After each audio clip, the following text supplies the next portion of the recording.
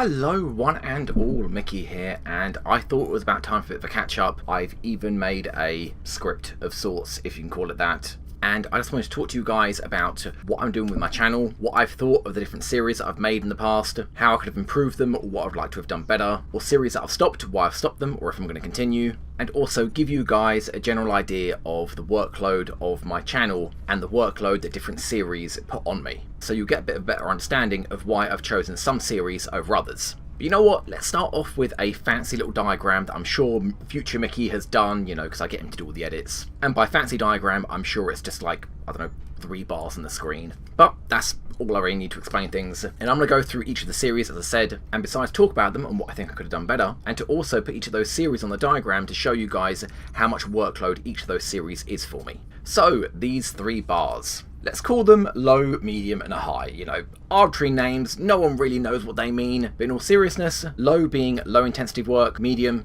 high, I guess. So low workload is any video that I make with editing that takes me about half an hour to 2 hours work. That doesn't include recording time that I spend playing the game, or any preparations I need to make before recording, say practice doing something in the game, or just play the game 1 or 2 times before I do the recording. Neither the time I spend rendering, or uploading, or doing any of the YouTube stuff like the description, name changes, add to playlist, the annotation, which is now I guess like end tags I think it's called. Medium workload, 2 to 6 hours let's just say, and high workload is anything above 6 hours. Normally between 10 to 20, but it could be a little bit lower than that, and it could also be a lot more than that. So let's start off with Alien Isolation. I did really enjoy that series, although I was incredibly naive to try and do an Iron Man run of it. I'm at least happy with the fact that I continued a Bronze Man mode of it, restarting at the nearest checkpoint whenever I've died. One of the things I'm still not certain about, in terms of the quality of the Alien Isolation videos, is the microphone quality. I have no idea why the microphone quality is so bad. Whenever I'm doing that end sequence at the end of my videos, whenever I show you guys any other videos you might want to see, you can blatantly see the difference between the Alien Isolation recordings and any other video. And I don't know why that is, why the sound quality of those recordings is so bad. I mean, specifically the microphone. But other than that, it's low workload. I did very little editing to it. Most episodes I didn't even need any kind of fast forward or cutting because of the nature of, you know, Bronze Man, the alien can kill you instantly. I didn't want to cut anything out. And even though some missions were long and it ended up me dying a few times and having to go through it again and fast forwarding, it was still relatively little workload. So let's move on to a medium workload video, the XCOM custom series for XCOM 1 and XCOM 2. Why I stopped these is because at the time I was actually very close to running out of ideas for custom missions for XCOM 1, and XCOM 2 came out just in time for me to start doing custom missions for that, but I just was simply not enjoying them anywhere near as much as I was for XCOM 1. XCOM 2 just has so many fundamental problems about it that I'm sure I'll talk about another time, possibly even later down this list, say for example when I get to XCOM 2. But in terms of editing, it was relatively little. Primarily the editing was whenever I was cutting out me talking to the chat, when I was streaming the custom missions, especially when my answer to the chat had nothing to do with the game itself. I don't really like watching people who record their streams online and then put it onto YouTube and they're talking to their viewers about something that's completely unrelated to what's on the screen. But the missions did tend to go on for quite a while, so it was relatively little editing, but over quite a long video. Hence why it used to take me about 3 or 4 hours per custom mission. Do I have any plans to do any more custom missions? Maybe, if I end up playing XCOM 2 at some point. I've got an idea to recreate the first ever custom mission I did for XCOM 1 with the chrysalids and the Exalt base. Maybe I'll recreate that in XCOM 2, maybe, I don't know, but we'll talk about XCOM 2 later down the line. Like I said, possibly even in this video. Now let's move on to a high intensity video. The one you're probably going to be most familiar is XCOM. Specifically, XCOM Enemy Within, Long War, Impossible Iron Man, Pets. Or, as I like to shorten it down to, XCOM Long War Pets. It's only taken me like 25-ish missions to come up with a name that's kind of abbreviated to that point. But is the series going to end? No, it's never going to end. As long as I'm doing YouTube, that series is going to continue. And I've answered several times in the chat when people have asked, would the series ever end? And I told them, even if I get squad wipe, that probably won't end the campaign. If I get 2 squad wipes in a row, that's going to be a little bit different. But even then, there would still be about 10 missions at least of me trying to recover the campaign before it spirals out of control. But that is worst case scenario. So is the series going to end? No, probably not. It will probably go on long enough for your grandkids to watch it. But of course it is in the high workload because it takes me about 20 hours. If I'm lucky and it's a short mission, it might be 15 maybe. If I'm unlucky and it's like Epic Hour or the Newfoundland mission, then it can take me between 35 and 40 hours to edit. And one of the reasons why I want to talk to you guys about all of this is because there's only so many series I can fit into this high workload category that I can actually maintain. But more on that later. Back to a low workload series, 7 Days to Die. I had a huge amount of fun with that. That series 3 that we got up to, for me it was basically a win. The only thing I needed to find was the mini bike for dumb schematic, and I'm pretty sure I had all the resources that I need to actually make one, and once I had made one, that would be it. That would be a win, that would be the end of the series. But hey, I died pretty much instantly, that's how things go on Iron Man. But of course it will be returning in Beta 16, and I was kind of skeptical about how soon it'd come out. I'd heard a lot of relatively mainstream YouTubers that for the most part primarily focus on 7 Days to Die saying several months ago that Beta 16 was 1 month away from release, and after looking up videos of Joel, can't remember his surname, one of the lead devs of the Fun Pimps making 7 Days to Die, Madmole I think he's called, although don't quote me on that. In those videos months ago, nothing was anywhere near complete, and I was completely stunned why so many people assumed that the next beta would be out within a month. It was only a couple of days ago that I actually saw a video from Madmole where a lot of the features and content was actually starting to look finished, and very few of those were buggy. So they are getting to the point where they're going to say, okay, this beta is feature complete, now we're going to work on bugs, and halfway through the bug working process, it's probably going to be released to the public, because of course it is a beta. So I would say now, at this point, it's going to be about a month away. So yep, that Impossible Iron Man series will be returning for 7 Days to Die, doing the City Slicker challenge, living in the central city of the randomly generated map, but this time instead of really boring square cities, the cities are going to look more natural and built into the terrain and spread across districts. And also in this beta you'll be able to find zombies inside of buildings that are inert or neutral or sleeping until you alert them, which is going to be absolutely brilliant for this campaign if I'm living in the city and I'm trying to avoid zombies for the most part at the beginning of the campaign. On top of that, there are going to be a bunch of new zombie types, including endgame zombie types that for the most part are going to be the same as the normal zombie types. They're just going to be radioactive and regenerate health, so fun times. And also, I may be doing a co-op series of 7 Days to Die, possibly even with this impossible setup and living in the central city. Who I'm going to be doing the co-op series with, I don't want to say just in case it all falls through, or they can't find time, or something goes wrong with the patch, or maybe they just lose interest with the game.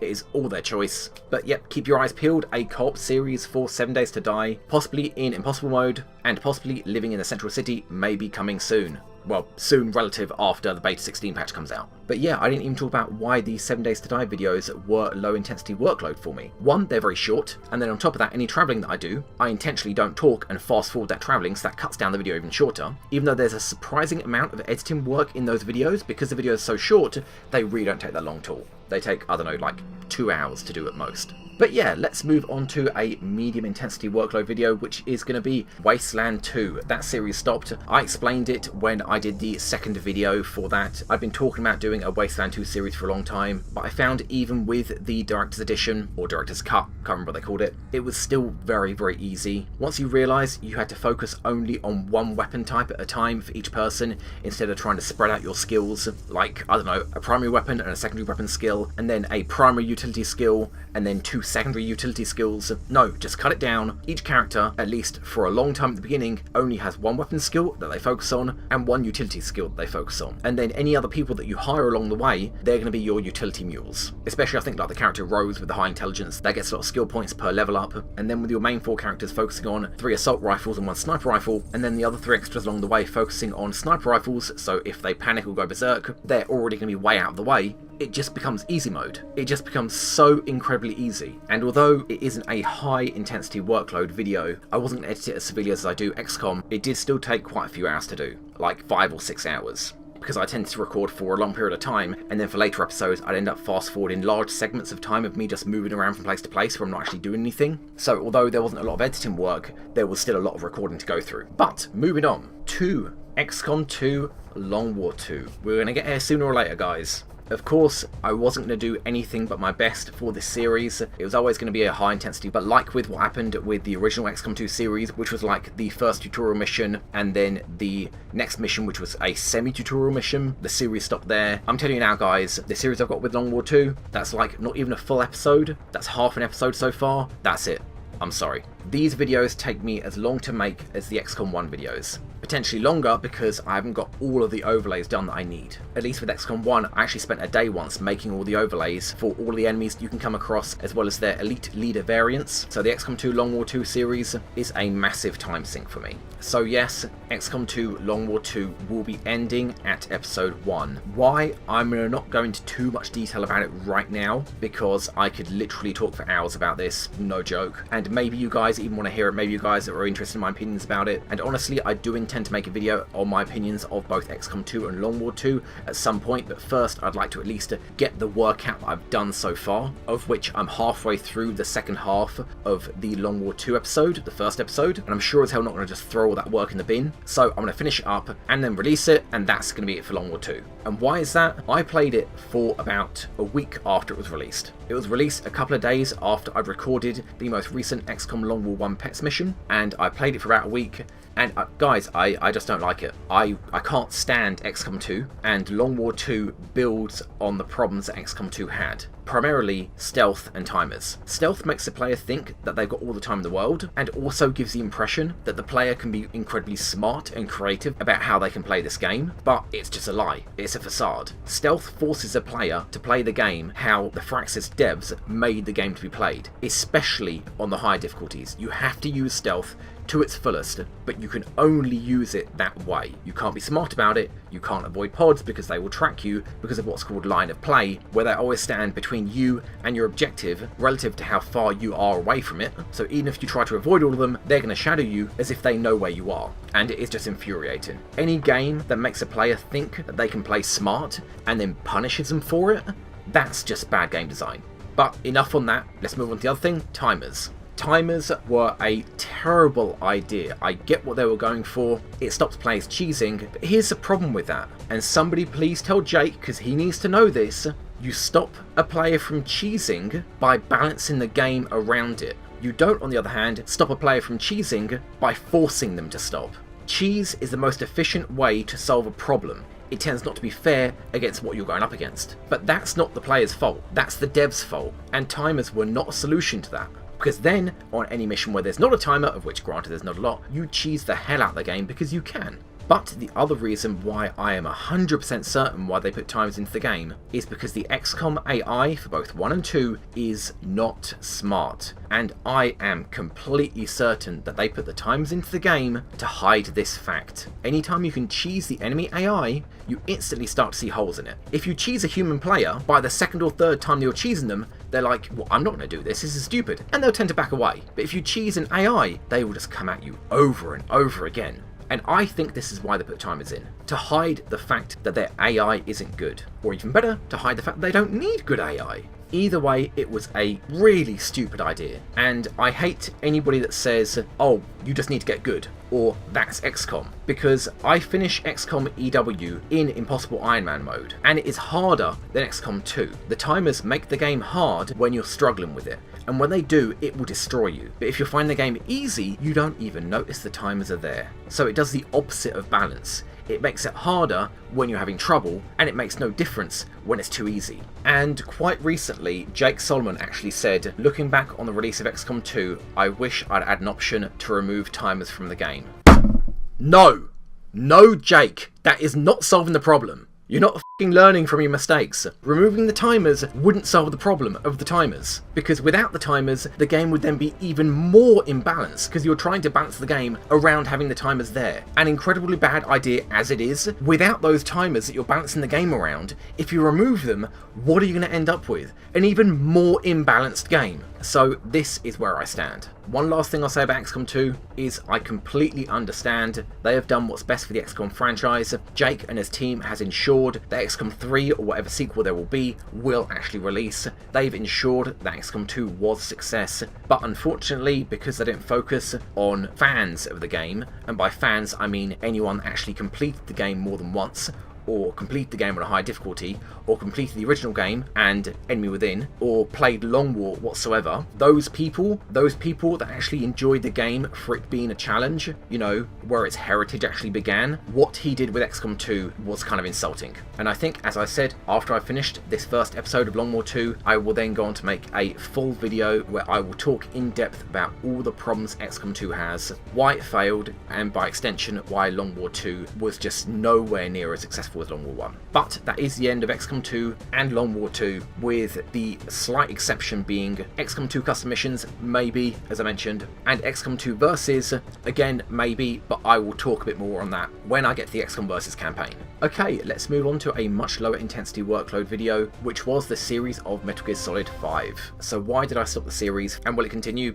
No, it won't continue. I mean, like, really, really unlikely it won't continue. Why did I stop recording it? Because although it was one of the very few low-intensity workload videos I've got that I stopped the series early, it was still actually a surprising amount of work. The setup that I had for that series was all missions, naked, all objectives, all S-rank, which I know for a fact is completely impossible. There are some missions that are just outright impossible, you cannot do it. But I thought, you know what, I will go as far as I can until I reach one of those missions and then I'll stop. Now granted, the next mission in the campaign was absolutely doable. Naked, all objectives, and S-rank, I know it was doable, but that isn't really how I enjoy making videos, because it requires a huge amount of prep work. I mean, you have to play the mission several times over, looking for any scene that you can exploit, planning everything out, and it might mean low editing, but it was high workload. I'd have to spend the better part of that day playing that mission over and over again, looking for a way to do it. And because of that, I just kind of find it boring, which is a bit of a shame, I know, because I did have a lot of fun with it, and as I said, the edits were very, very minimalistic. At most, there was a bit of fast forwarding for long periods of time that I was running. But yeah, as I said, will I go back to it? I wouldn't imagine so. It's possible, but yeah, I don't think so. Sorry, guys. So, moving on. Medium intensity video. Hand of Fate. We are getting to the end of this goddamn game that kills me. Having said that, as much as I sound pissed off about it, and as much as I'm sounding more and more pissed off recording the episodes, I just edited one, and I can hear myself getting angry and angrier playing it. I do have a lot of fun playing it. I do like how mostly, like I'd say 75% of the time, when you die, it's your own fault. The other 25% of the time, which is of course rarer, you're dying because of bad luck. You've run out of food, or the luck rolls have just killed you outright. But most of the time when you're dying, it's just the odds of a battler against you, be it through too many enemies, or too many bosses at once, or the enemies leaving poison, or the arena's really small, or any combination of those, and you're just not up to the task. And that's fine. I don't mind that. That makes it the player's fault. But yeah, some of you guys may not realise it is a medium intensity workload video. Why? Because of all the reading. You may or may not know I am partially sighted. Hence why a lot of times when I'm reading, the volume of my voice will change, because you'll actually be able to hear me moving closer to the screen and potentially further away from the microphone. And on top of that, I'm dyslexic, so when you put partially sighted with dyslexia, you tend to get somebody that does not like to read, because they are not good at it. So that is why it is a medium intensity video. I end up misreading things and having to repeat myself over and over again to try and read lines properly. But we are well into the campaign. I think we've got like 3 bosses left to kill at most. And not to mention the sequel, Hand of Fate 2, is meant to be coming out next month. Will I do a series on it? Honestly, I don't know. Maybe, maybe not. I'd prefer to play the game for quite a while before it comes out. Maybe for the time being, I'll do one episode of a quick look series on it, and then play it by myself until I've learnt the game a little bit. And hopefully they will not have made the mistake of not giving you save files. They really should have done what a game like The Binding of Isaac does, or The Darkest Dungeon, where you have like 3 save slots, and all the accomplishments you unlock, and all the achievements you unlock, and all the items, weapons, encounters you unlock, they get stuck on that one save. And you or anybody else can play the other 2 saves without it interrupting whatever you've got going on that one save. So any items that they unlock on another save won't affect the first save. They did not do that with Hand of Fate 1, and it really pisses me off because I can't really practice playing the game at risk of unlocking something, and I really hope that Hand of Fate 2 has save slots. But we'll see. Moving on. The XCOM cinematics, be it for XCOM 1 or 2. I am still doing them for XCOM 2, even though I said that the XCOM 2 series is done. All the cinematics in that first episode, I am going to do them, just so that I've got them done in case I ever do go back to XCOM 2. Why am I doing them? Why the hell not, really? They are high editing work, but only barely. They take about 6 hours to do, depending on the length of the video. Sometimes they'll take a little bit less, like 5 hours, sometimes take a bit more, like 8, but they are on the low end of high workload. But yeah, I will be doing the remaining cinematics in the first episode of the XCOM 2 Long War 2 series, and all the cinematics as and when I get to them for XCOM 1. Moving on to a low workload series again, Soma. Now, I did find Soma kind of disappointing. I absolutely loved the story. I loved how much it made you think about what it is to be conscious and what is a soul. It did really make you question a lot and make you think.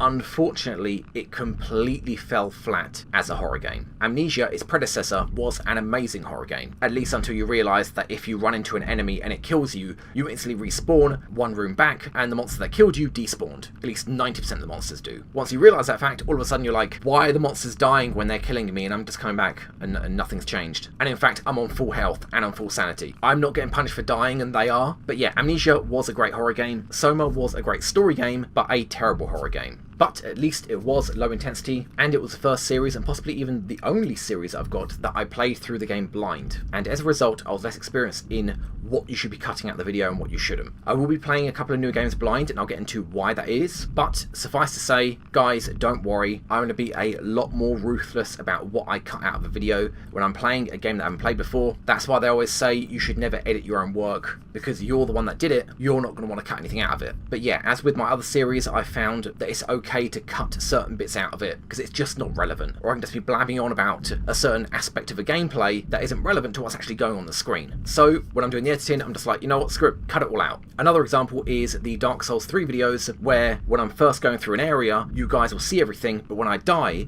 and I have to go back through the area, all you guys are going to see are like 1 second clips of me last hitting each enemy that I had to kill up until the point where I died. So that way, over the course of 5 or 6 seconds, it will cover all the ground that it took me like, I don't know, 5 minutes to get up to. That again cuts out a huge amount and keeps the video flowing. So yeah, I will be playing some more low intensity workload videos, why I'll get into later. But that was Soma. I wasn't really happy about how I edited it, if I edited it at all. I should have been more ruthless about what I cut out, especially when I was lost and I was uncertain what to do. I should have actually spoken into the mic to myself, saying, cut from this point, so I know when I go back to do the edits, I should cut from that point until I know what I'm doing again. But anyway, moving on, that was Soma. Then we've got a medium intensity video, Fallout 4, which I used to record while I was streaming it, and I was doing Impossible Iron Man runs with novelty characters, although the only one that I got up to was Scotchmo the Hobo, being that he can only use rifles and shotguns, and any alcohol that he finds he has to drink to remain drunk. And as you guys have noticed, the series has not continued because I have stopped streaming. Why is that? Because Fallout 4 and the other game that I streamed, This War of Mine, when I go to edit the recordings that I did while on stream,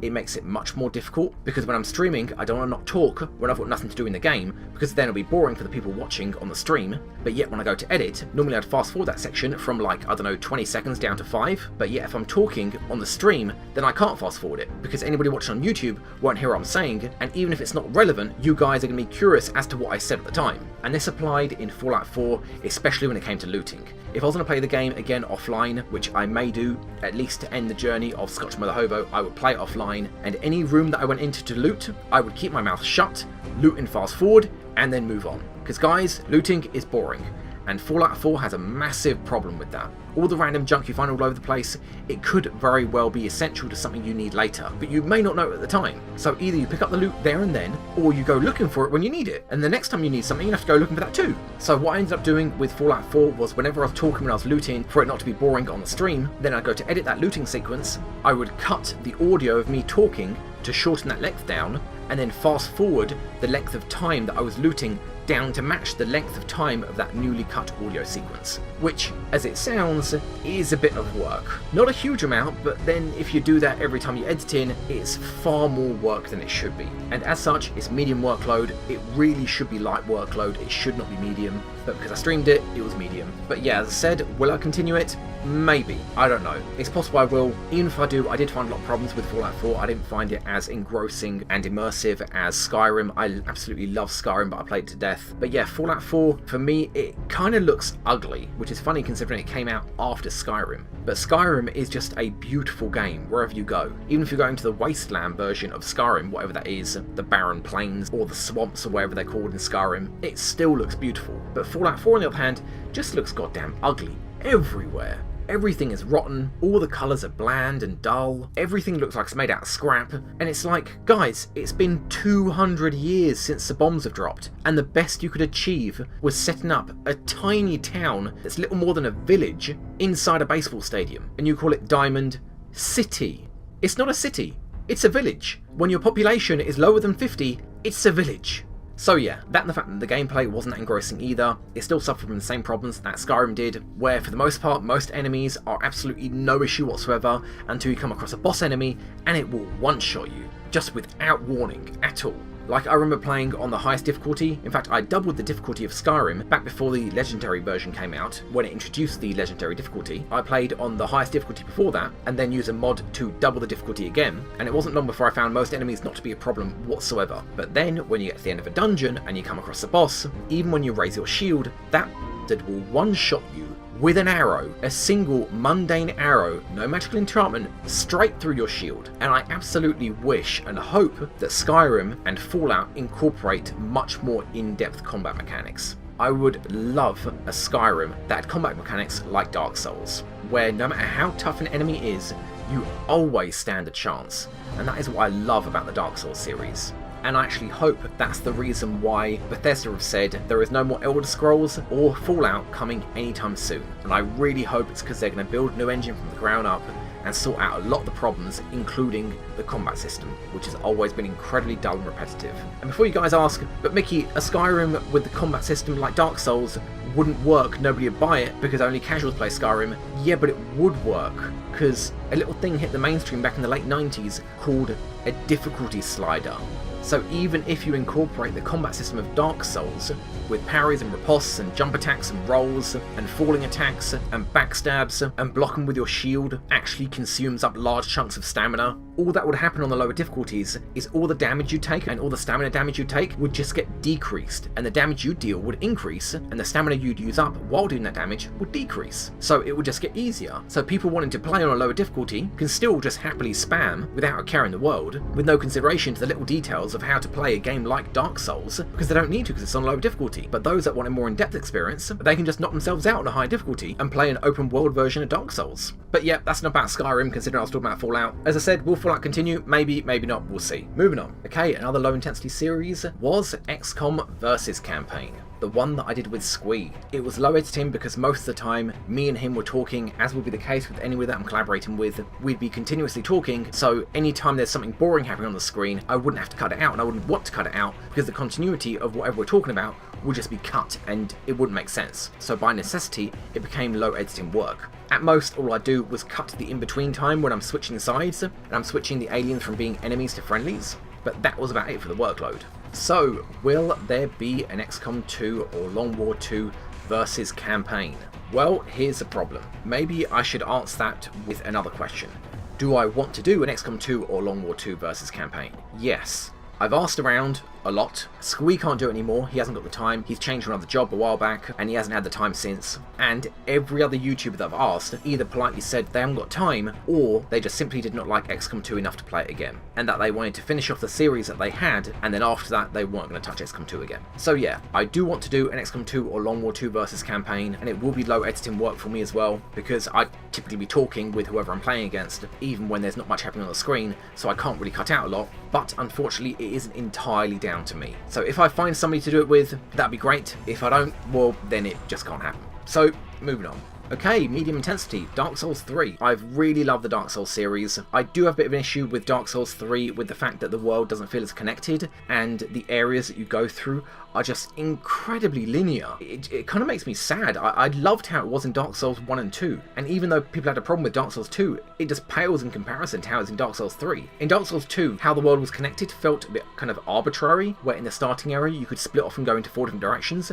but in actual fact, 2 of those locations were locked, and you had to buy an item to get through them. But again, the item was just money, which you could gain anywhere. You could just not level up a few times, and then buy that key, and then go off in that area. And in Dark Souls 1 it was even more open. Although granted you didn't always know which way you should be going, it at least felt like a world. If you didn't go the right direction, you would get owned within seconds. And it became pretty clear you should not be going that way. And as long as you had that mentality that you should be aware of that fact, then it was a great game. If you didn't, well, then you wouldn't really have a good time. But still, in Dark Souls 3, it does not have that at all. You can only go in one direction, and when you get to a new area, sure, there are little split-offs, and things can loop around to return to bonfires, and some places might go to little optional areas, but for the most part, you just go to one area, clear it, go to the next area, clear that, go to the next area after that, and clear that, and it's kind of a real shame. But hey, that's giving the impression that I'm not going to continue the series. I absolutely am, and in fact, when I do finish it, assuming I can with the Calamity Ring, I will go back to Dark Souls 2 and do the same thing with that, on a player receiving double damage drum, and then possibly even go back to Dark Souls 1 and do that. So I am really enjoying it, but although it is medium intensity, because as I said previously in this video, when I go to a new area, I'll show you guys everything with me exploring and picking up items, but then when I die, I'll only show 1-second clips of me last hitting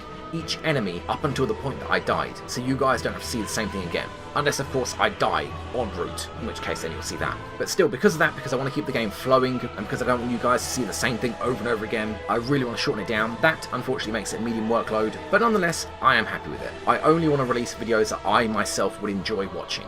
And I think showing me last hitting enemies that I have to go through to get back to where I was is a great compromise. When you see it in a short sequence, it looks brilliant. It looks kind of comical. And right, yes, the death counters and everything. As you saw in the first episode, I've actually got them all set up. I had half of them done from back when my wife was playing Dark Souls 2, and that was going to be a co-op series that didn't really work out. And the other half I did one afternoon, so now I've got them all set up and they're good to go. And using them for the overlays during the edits isn't a great deal of work because they stay on screen all the time. It's not like with XCOM where they change from mission to mission, or they change depending on what's happening in the mission. Here they're much more consistent, and as such I can actually keep them on the editor as I go from video to video. So yeah, that was Dark Souls 3, moving on. Okay, a high intensity workload series. I think it's about time that I start talking about a game that I don't actually have a series on. Xenonauts. I've been talking about making a series for Xenonauts ever since I've been making catch-up videos, but it is yet to happen. And there are several reasons for that. The main reason is, if I did it, it would be a high intensity workload series. I would edit it basically like I do with XCOM, and that is a lot of work. And the series would go on for pretty much how long Long War goes on for. And I just do not have time for that at all. On top of that, one of the other reasons I don't want to do it is because the aliens, and I hate to say this, but they're kind of dull. There's only like 6 species of aliens, and each one has like, I don't know, between 4 and 8 variants of it, but of those variants they're the same species. So for example, the first species, I don't know, Cassians or Civilians, I can't remember which ones are the first ones, there might be like 6 variants of that species, but those variants are the same species, they're just wearing a different coloured shirt, and that's really dull. And I really hope, now that the development for Xenonauts 2 is full steam ahead, that they will focus on the design of the aliens and just make them a lot more creative, because Xenonauts 1 really lacks that. Granted, I did have a couple of mods in mind. One of them was the Xenophobia mod, which was actually an extension of the Xenonauts mod Into Darkness that added a bunch of new aliens, including the aliens from Aliens. Yeah, those aliens. And that at least spiced things up a lot. And not to mention it added a stupid amount of aircraft and weapons that was just mind-boggling to get your head around. But you know what, at least it added variety. But yeah, unfortunately I do have to finally say I will not be making that series. I can't, I don't have the time for it. The series would go on forever. I don't want to make a series like Xenonauts that wouldn't have a lot of work put into it. I've been tempted to stream it online so you guys can watch, but the problem with that would be then I'd want to release it on YouTube, and then when I do that I'd want to edit it, and it would be hard to edit to begin with, on top of the fact that it's being streamed, which means I'm talking to the chat, and that talking with the chat makes it even harder to edit than it was to begin with, and editing it to begin with was like editing XCOM 1 videos. So I just can't, guys. I would really love to, but I just can't. But hey, there is always hope. Xenonauts 2 is in production, and Phoenix Point is also in production, the game by the lead dev that made the original OG XCOM. He's making his own XCOM style game, and it's called Phoenix Point, where the Earth has been overrun by, I don't even know what they are, I don't know if he's specified, but whatever comes into contact with this, I don't know, goop or virus or airborne toxin or whatever it is, gets mutated, be it humans or animal life, and your base is in a sanctuary, and you have to interact with other sanctuaries that have separate mindsets and mentalities towards these aliens, whatever the hell they are, and you have to cooperate with them. So it looks great, and we'll see how it develops, and it will no doubt be featured on my channel, like with Xenonauts 2 at some point in the future. But moving on. Low intensity, Flame the Flood. I did really enjoy it when I played it first time through, and I probably stated this at some point in another video. When I started playing it again, I didn't enjoy it as much because it's just nowhere near as open-ended as I want a game like that to be. A high-level difficulty game that's about survival, I really want it to be open-ended. When you're in trouble and you're struggling, I want there to be lots of choices open to you. And when you die because of the choice you made, it's your fault. It's not the game's fault for not providing what you needed at the time. That and the fact that I'm just not good enough to play it on that high-level difficulty. I'd have to play it and practice it a lot, but as I said, I wasn't enjoying it as much, so I stopped and I don't put the time in, which is a shame because it was a low-intensity series. But moving on. This This War of Mine is another low intensity series that we did. We streamed that on Twitch, and although it was low intensity, it was kind of on the high end. It was kind of bordering around the 2-hour mark for each video. Because it was being streamed and I was talking to everyone in the chat, it made editing it kind of difficult. So anytime there was something boring happening, as I've mentioned in the past, like with Fallout for example, if I was going to edit it, I'd like to keep my mouth shut and just fast forward through that sequence, so I don't have to bore you with watching something that's boring while I talk about something that's unrelated, because I can't stand it when YouTubers do that. It's like the world has embraced this kind of improv mentality. It did take a little bit longer than I'd like, but it was still relatively low workload. Will I play it again at some point with a bunch of different characters? Maybe, maybe not, but honestly, if I do, I probably won't stream it, which is kind of sad, because it's one of the few games that we streamed and we got all the way through the game. But yeah, I kind of feel that if I do play it again, I will be playing it offline, so that anytime that I know something boring's happening, I can just cut or fast forward that entire sequence and be like, you know what, you guys don't have to see that. You guys can just see certain points in the video, and you don't have to watch through long boring sections. Like when you get back to base, I can't just skip that day and click end the day, even if there's nothing happening in the base for me to do, because people could come to your base like the dealer and they don't show up until like between 12 and 1 o'clock, so you can't skip the day until that point in case they show up and you've skipped the day. So I kind of wished that the devs of this War of Mine added a fast forward feature while you're back at base and you weren't in any danger. That way you could fast forward through the day to see if anything happened, to see if anybody came to your door. But it's not like that, so you can't fast forward it. So if I was to record another series, I do it offline, so when we get back to base, you guys only have to see little sections of what happened back at base. But anyway, moving on. A medium intensity video, I'm only going to mention this because I only played it once on my channel, was Crypt of the Necrodancer. Why am I mentioning it? Because I just wanted you guys to know, doing a video like that actually takes a significant amount of time, because I was unbelievably bad at that game when I was playing it. I actually really enjoy the game and I'm pretty half decent at it, but when you're talking and you're moving to the beat of the song, it makes it a hell of a lot more difficult, and you'll be surprised how hard it is. And because of that, I recorded for like 3 hours and made like 6 attempts, and what you guys saw was only the best attempts, with me dying in between. I think it was, maybe I didn't even show it at all, but because it was such a long sequence of video, because it was a quick look and I didn't want to cut into different sections like I've done with Bolstered Not Included or FTL, where an attempt required that you cut the video into different episodes because it was so long. With Crypt of the Necrodancer, if an attempt died, you may not have to show it at all. I might have just shown me dying, as I said. But yeah, I just want you guys to know that just because a video may not have a great deal of editing in it, it doesn't mean that it doesn't require a lot of editing. This being, there's a lot of footage to go through, so that makes more work. But yeah, moving on to a high workload video, Rimworld. Yes, this series has really taken off. Granted, it's only on episode 3, but it is absolutely a high workload video. These videos take me about 10 hours to do each, and they're at most 10 minutes long. It is insane how long they take. Some of you guys might know this, some of you might not, but spoiler, and I thought I've made this clear by how I was narrating the videos, the series is a tragedy. Hence, it ends badly. Also, it ends next episode. There are only 4 episodes in this series. When I do the next episode, that's the end of the series. Why? They're all dead.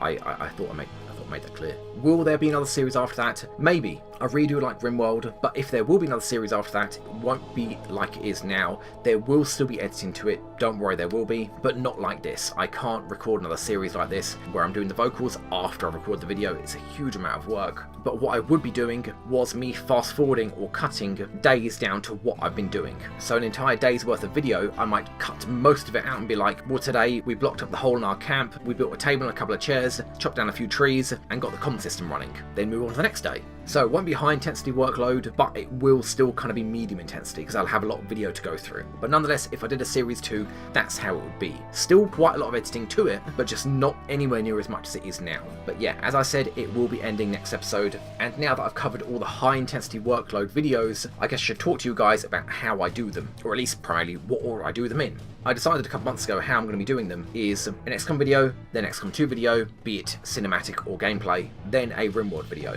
and then going back to XCOM, then XCOM 2, and then Rimworld. Of course, this sequence of me doing things is going to be ending soon because Rimworld's only got 1 episode left, and XCOM 2, I'm halfway through the second half of the video that I'm doing, and I think there's 1 cinematic left, not including a very, very short cinematic after that. And after the XCOM 2 series, if you can call it that, it's only 1 episode, and the Rimworld series, which is barely a series in itself because it's only 4 episodes, after they're both done, instead of me alternating between a high intensity workload series, it will just be XCOM 1 Long War Pets.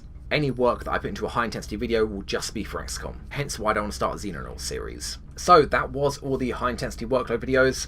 What have we got left? Let's finish off the medium intensity videos, being FTL. Why is FTL a medium intensity workload series when it sure as hell shouldn't be? Honestly, for the exact goddamn reason that Hand of Fate is. When I wanted to do the quick look series for FTL, I just didn't realise that when I come across an encounter, I would read it out. Because when I'm playing myself, because I've played for a while, I usually don't read the encounter. I usually just skim through it, catch a few keywords and be like, right, it's this encounter. But of course, like any good YouTuber, you need to read out what's on the screen because you shouldn't be so lazy to make that work for your viewers for them to do it themselves. As a YouTuber, you should go to that effort to read what your character would otherwise be reading or seeing or encountering or blah blah. So yeah, FTL is actually a medium intensity workload series, and it really shouldn't be. It takes me a lot longer to edit than it should. Each one takes me like 3 or 4 hours. It really shouldn't, but it does. But hey, we are on episode 3, and I think there are 5 episodes in total. I think I checked the length of the entire video that I've got, and I think there are only 2 episodes left, maybe like 40-35 minutes each. So yeah, that's FTL, and with it all the medium series that we've got. Lastly, Dreadhalls and I Expect You to Die. I'm going to cover these together and talk about why I did them. For one thing, I love horror games, I really do, and I've been so eager to get an Oculus Rift. My wife was nice enough to say, yeah, why not?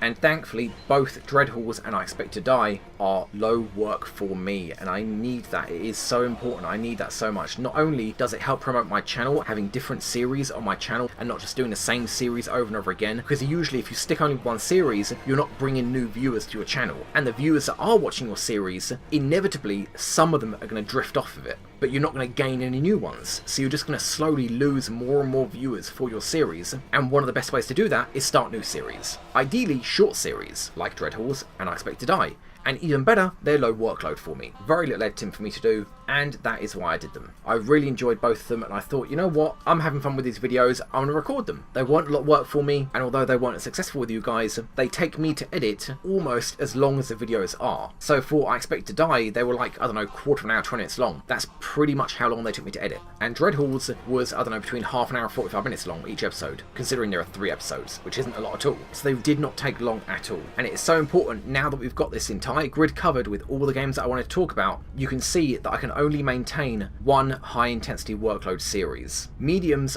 I can only really have 2 or 3 before I'm doing too many medium videos day after day. And the low intensity videos, you may or may not have noticed, most of them have ended for one reason or another. Alien Isolation, 7 Days to Die, Metal Gear Solid 5, I decided to stop, Soma finished, XCOM 1 Versus, XCOM 2 Versus, we're still waiting for that to happen, Flame in the Flood, decided to stop, This War of Mine, Dreadhalls, and I Expect to Die. So in actual fact, I don't have any low workload series, which might be one of the reasons why I felt inclined to make this video, because I've been feeling really goddamn tired doing so much editing, because the series I've got currently running are Hand of Fate, medium intensity, Dark Souls 3, medium intensity, FTL for the quick look series, medium intensity, and then 3 high intensity workload series, XCOM Long War 1 Pets, XCOM 2 Long War 2 and its cinematics, and Rimworld. Granted, the later 2 are going to finish, as I've mentioned, but I need more low workload series, and to that end, one of the reasons why I wanted to make this video, I'm going to be starting a series for Little Nightmares in the next couple of days. I've gone to a couple of gaming gigs and seen it, and really liked its art style. I really enjoy the horror series in general, and I know it's not everybody's cup of tea, but give the first episode of the series a watch. If you don't like it, no hard feelings, it's not a problem, it's not going to be for everyone. It's not going to be outright horror and gory, it's just going to be creepy, which no doubt I'll put a video of whatever game I'm talking about on the screen at the time. Future Mickey's nice like that, guys. But yeah, I've always loved horror games, and it's not that I've been scared by them, I've just felt that horror games have made it easier to be immersed in the game. And if you're not being immersed in a horror game, then it's not a horror game, it's just failing at that. Some of you might say, if you like horror games, then how come you don't play Outlast or Outlast 2? Because Outlast 2 came out, I don't know, a couple of days ago. I don't know if I'll play Outlast 2, maybe I will, maybe I won't, but Outlast 1 felt so generic and factory production line made. It felt like Dead Space if it was a first-person horror game like Soma. It felt like a checklist of things that you need to make a horror game, and it just felt so empty. Outlast 2 seems to be a bit more varied about what it wants to do, so maybe I'll give it a look, maybe I won't, I don't know. The other game I'll be playing soon, I think it's released Monday, Tuesday, can't remember, sometime next week, is Prey. Prey looks so good. Prey looks like if Half-Life had a baby with System Shock. It has the imagination of Half-Life with stuff like its glue gun and turning yourself into inanimate objects, and the enemy being able to do the same, being able to turn to random objects around the world and you don't know what's an enemy and what's not. And on the other hand, it feels like System Shock, where you're on a space station and you feel isolated. I really can't wait for that game. It looks so good. So yeah, I will definitely be playing that. Another low intensity series that I want to do is Arizona Sunshine. I got it on the Oculus Rift a few days ago and I played through it and actually really enjoyed it. Although most people play it by teleporting around so you don't get motion sickness, I played through the game and it wasn't only until I finished the game that I realised in the options menu there is an option to be able to walk through the game like it's a normal first person shooter, and I will absolutely be playing it with that setting on the highest difficulty, where there's 1/4 as much ammo in the game world and any single hit kills you.